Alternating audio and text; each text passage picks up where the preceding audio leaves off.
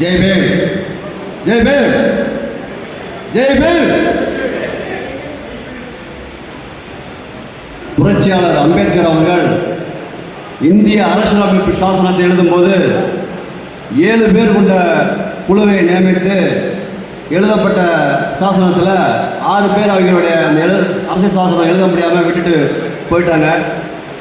தனி ஒரு மனிதனாக அரசியல் சாசனத்தை 2 வருடம் 11 மாதம் 17 நாட்கள் எழுதி இந்திய அரசியலமைப்பு சட்டத்தை இந்த பூமியில் வாழக்கூடிய அனைத்து உயிரினங்களும் வாழ்வதற்கு சட்ட பாதுகாப்பு எழுதி கொடுத்திருக்கிறார் அம்பேத்கர் ஐயா அவர்கள்.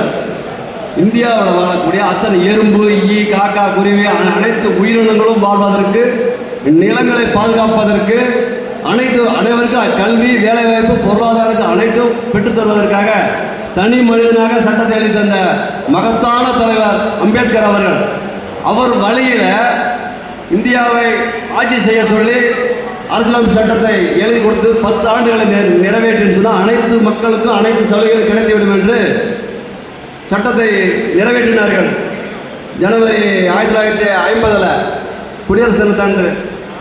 ஆனால் இன்றைய வரைக்கும் சட்டத்தை நடைமுறைப்படுத்தாமல் இவங்களுக்கு தேவையான சுயநலத்துக்காக சட்டத்தை வெவ்வேறு விதமான செஞ்சுட்டு இருக்காங்க. வர ஆட்சியாளர்கள் தொடர்ந்து அதே சுயநலத்துக்காக லஞ்சம், லாவணி, திருட்டு, கொள்ளை எல்லாம் பண்ணிட்டு இருக்காங்க. அதை தடுப்பதற்கு எந்த ஒரு அரசியல் கட்சிகளோ இயக்கங்களோ முன் போராட்டத்தை களத்தை கையில் எடுக்கிறது தயாராக இல்லை. அதை முறியடிப்பதற்காக இந்த மண்ணில் பிறந்த உயிரினங்கள், எறும்பு, ஈ, காக்கா அனைத்து உயிரினங்களும் பாதுகாப்பதற்கு அரசியல் சாசன சட்டம் இருக்கிறது. அந்த சட்டத்தின் வழியாக நாங்கள் சட்டத்தை கையில் எடுப்போம், அதன் வழியாக நீதி நிலைநாட்டுவோம், அனைத்து உயிரினங்களையும் பாதுகாப்போம், நாம் நல்லா வாழ்வதற்கான ஒரு தீர்மானத்தை, ஒரு இயக்கத்தை உருவாக்கி இன்னைக்கு தமிழ்நாடு முழுவதும் எல்லா மாவட்டங்களிலும், எல்லா தாலுகாக்களையும், எல்லா பேரூராட்சிகளையும் சமூக ஆர்வலர்களை இன்னைக்கு உறுப்பினர்களாக சேர்த்துக்கொண்டு இன்னைக்கு பல ஆயிரக்கணக்கான உறுப்பினர்கள் சேர்த்துக்கொண்டு இன்னைக்கு ஒரு மிகப்பெரிய ஒரு கட்டமைப்பு உருவாக்கி இருக்கக்கூடிய என்னோட அருமை சகோதரர் நல்வேடை விஸ்வராஜ் 10 ரூபாய் இயக்கத்தினுடைய மாநில பொதுச் செயலாளர் அவர்கள் மிகப்பெரிய ஒரு கட்டமைப்பை உருவாக்கி இருக்கிறார். நிச்சயமாக அரசியல் கட்சிகள், அத்தனை கட்சிகளுக்கு ஒரு சிம்ம சொப்பனமான விளக்கப் போகிறார். யார் தப்பு செய்யலாம் அவர்கள் சட்டத்தை பிடிச்சி கேள்வி கேட்கக்கூடிய நிலைமை வந்து கொண்டே இருக்கிறது. சமூக ஆர்வலர்கள் என்று சொன்னால் என்ன, தன்னை சுற்றி இருக்கக்கூடிய தப்பு யாவச்சான், சாராயம் வைக்கிறான், கஞ்சா வைக்கிறான், திருடுறான், கொள்ளையடிக்கிறான், மண்ணை வெட்டி வைக்கிறான், ஆத்தலக மண்ணை வெட்டி வைக்கிறான், ஏரி வெட்டி வைக்கிறான், வரக்கூடிய பண்டை அதெல்லாம் பிரித்து கொடுக்காம அவனே திங்கிறான். இதெல்லாம் தட்டி கேட்பது, இதுதான் சமூக ஆர்வலுடைய வேலை. இதுக்காக தான் நீங்கள் மாற்றி போடுறோம், பதில் கேட்குறோம், பதில் கூட நடவடிக்கை எடுக்கல. தொடர்ந்து இந்த ஆட்சியாளர்கள் நம்மளுடைய சட்டத்தை மதிக்காம அவங்க சௌரியத்துக்கு கொள்ளையடிச்சிட்டு இருக்காங்க. அதுக்கு 10 ரூபாய் இயக்கம் எடுக்கக்கூடிய அனைத்து முயற்சிகளுக்கும், அது அனைத்து போராட்டங்களுக்கும் ஜனநாயக மக்கள் கழகம் தொடர்ந்து அவர்கள் ஆதரவு கொடுக்கும், அவர்களை சேர்ந்து நாங்கள் பயணிப்போம் என்பதை இந்த கூட்டத்தின் வாயிலாக தெரிவித்துக் கொண்டு, அதாவது ஈரோடு மாவட்டத்தில் ஆயிரக்கணக்கான தொழிற்சாலைகள் இருக்கிறது. சாய, சலவை, தோல் சாப், கழிவுநீர் தொழிற்சாலைகள். அந்த ஆயிரக்கணக்கான தொழிற்சாலைகளில் ஆயிரக்கணக்கான தொழிலாளர்கள் வேலை செய்கிறாங்க. அதில் உற்பத்தி பண்ணக்கூடிய பனியனு, சட்டி, வேஷ்டி இதெல்லாம் உற்பத்தி பண்ணக்கூடிய காவேரி ஆற்றில் தண்ணி எடுத்து போர் போட்டு தண்ணி எடுத்து அந்த தண்ணியை சுத்தம் பண்ணி, அந்த துணிகளை சுத்தம் பண்ணி செலவு பண்ணி தண்ணியை பூரா சுத்தம் பண்ணாமல் ஃபில்டர் பண்ணாமல் காவேரி ஆற்றில் விடுறாங்க. காவேரி ஆற்றுக்கு போகிற தண்ணியை திரும்ப எடுத்து மக்கள் குடிக்கிறது கொடுக்குறாங்க. ஈரோடு மாவட்டம், நாமக்கல் மாவட்டம், திருப்பூர் மாவட்டம், நாமக்கல், சேலம் மாவட்டம், இது போன்ற காவேரி ஆறு, நொய்யல் ஆறு, திருமணி முத்தாறு எல்லாமே செத்துக்கிட்டு இருக்குது. குடி தண்ணி ஆதாரம் இல்லை. காவேரி தண்ணி 10 மாவட்டங்களுக்கு பாயக்கூடிய தண்ணியை இன்னைக்கு சாய தண்ணினால விஷம தண்ணியாக மாறிக்கிட்டு இருக்குது. அதெல்லாம் சமூக ஆர்வலர்களுடைய உங்களுடைய கவனத்துக்கு ஏற்க வைக்கணும்னு சொன்னால், நாங்கள் எடுக்கக்கூடிய போராட்டங்களுக்கு நீங்கள் தொடர்ந்து தோள் கொடுக்கணும், கூட நிற்கணும். நீங்கள் எடுக்கக்கூடிய போராட்டங்கள், ஆர்ப்பாட்டங்கள் மக்களுக்காக போராட்டங்கள் கையில் எடுக்கணும், நான் கூட நிற்போம் என்பதை இந்த மக்களுக்கான இயக்கம், மக்களுக்கான போராடக்கூடிய இயக்கம்.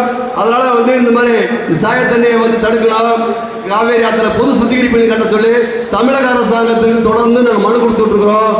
நடவடிக்கை இல்லை. அது இந்த கூட்டத்தின் வாயிலாக நாமக்கல் மாவட்டம், ஈரோடு மாவட்டம், இந்த மாவட்டங்களுக்கெல்லாம் பொது சுத்திகரிப்பு, சேலம் மாவட்டம் பொது சுத்திகரிப்பு நிலையம், சாய, சலவை, தோல் சாப்பு பொது சுத்திகரிப்பு கட்டுறதுக்காக கோரிக்கை வச்சிருக்கிறோம். அந்த கோரிக்கையும் இந்த 10 ரூபாய்க்கு இந்த மாநாட்டின் வாயிலாக ஒரு கோரிக்கையாக தீர்மானமாக போட்டு தமிழக அரசாங்கத்துக்கு, மத்திய அரசாங்கத்தை அனுப்ப வேண்டும் கேட்டுக்கொள்கிறேன். அதே போல தமிழ்நாடு முழுவதும் உணவு இந்தியா முழுவதும் முதன்மையான தொழில் என்னன்னு சொன்னா விவசாயம் உற்பத்தி பண்ணி அந்த விவசாயத்தில் விளையக்கூடிய நெல், கம்பு, சோளம், கோதுமை இது போன்ற இந்தியா முழுசு விளையக்கூடிய அனைத்து பொருள்களுமே பிடித்து இடம் விட்டு இடம் கொண்டு சேர்ப்பதற்கு, சேமிப்பு கிடங்குகள் அடுக்குவதற்கு சாக்கு பைகள் தேவைப்படுது. முன்னெல்லாம் வீட்டுக்கு சாக்கு அரிசி வாங்கணும்னு சொன்னா 25 கிலோ சிப்ப பை, 50 கிலோ பை, 70 கிலோ சாக்கு வரும். இன்னைக்கு ஒவ்வொரு வீட்டுக்கு 20 கிலோ சிப்ப பை பிளாஸ்டிக் சாக்கு வருது. அந்த பிளாஸ்டிக் சாக்கை கொட்டிட்டு கீழே போட்டீங்கன்னாக்கா காலுக்கு மிதியடி கூட ஆகாது. நெருப்புல போட்டால் எரி விட முடியாது, திரும்ப பயன்படுத்த முடியாது. அது எரி விட்டால் சுற்றுச்சூழல் பாதிக்கும். இது போன்ற இந்த மண்ணுக்கு கேடு விளைவிக்கக்கூடிய பிளாஸ்டிக் சாக்கை உற்பத்தி செய்யக்கூடிய தொழிற்சாலை தடை செஞ்சுட்டு திரும்ப சணல் சாக்கை பயன்படுத்துவதற்கு தமிழக அரசாங்கத்தை ஒரு தீர்மானமாக இந்த கூட்டத்தின் வாயிலாக சணல் சாக்கை உற்பத்தி செய்யணும், பிளாஸ்டிக் சாக்கை உற்பத்தி செய்யும் தொழிற்சாலை தடை செய்யணும் சொல்லி இந்த கூட்டத்தின் வாயிலாக தீர்மானத்தை நிறைவேற்றுவது கேட்டுக்கொண்டு, அதே போல இன்னொரு கோரிக்கை வைக்கிறேன். நம்ம தூங்கி நிச்சா வீட்டில் டீ குடிக்கிறோம், ரோட்டில் டீ குடிக்கிறோம், பேங்கில் டீ குடிக்கிறோம், எங்கள் அம்மா டீ குடிக்கிறோம். அந்த காகித கப்புல பிளாஸ்டிக் கப்பு, காகித கப்பு அதை அந்த கப்பில் குடிக்க தவிர்த்துருங்க. அதில் பூரா மெழுகு வச்சுருக்கான். அந்த மெழுகு தண்ணி, அந்த சுடு தண்ணி ஊற்றக்குள்ள உருகி நம்ம குடிக்கிற குடல்ல போய் ஒட்டுது. அதனால கேன்சர், புற்றுநோய் வருது நமக்கு. அதனால கப்பில் குடிக்கக்கூடிய பிளாஸ்டிக்கு அந்த டீ குடிக்காம சில்வர் டம்ளரு, கண்ணாடி டம்ளரு, அந்த மாதிரி டம்ளர் டீ குடிக்கிறத பயன்படுத்துங்க. அந்த காகித கப்பலை தவிர்க்கணும். இந்த கூட்டத்தை மிக சிறப்பாக ஏற்பாடு செய்த நல்வடை விஸ்வராஜ் பத்திரபாளையத்துக்கு நெஞ்சார்ந்த வாழ்த்துக்களையும் பாராட்டுகள் தெரிவித்துக் கொள்கிறோம். தொடர்ந்து